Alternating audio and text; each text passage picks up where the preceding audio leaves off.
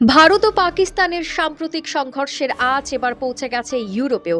যদিও সংঘর্ষে সরাসরি যুক্ত নয় ফ্রান্স, তবে সবচেয়ে বড় ধাক্কা খেয়েছে দেশটির যুদ্ধবিমান নির্মাতা প্রতিষ্ঠান দাসো এভিয়েশন।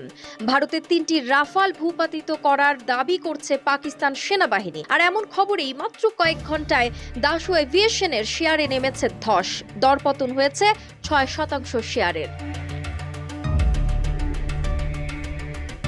পাকিস্তানের সংবাদ মাধ্যমগুলোর দাবি, 6 মে রাত থেকে সকাল পর্যন্ত সীমান্তবর্তী অঞ্চলে চলা তীব্র সংঘর্ষে 6টি ভারতীয় যুদ্ধবিমান ভূপাতিত করেছে পাকিস্তান, যার মধ্যে 3টি ছিল ফ্রান্সের তৈরি রাফাল জেট।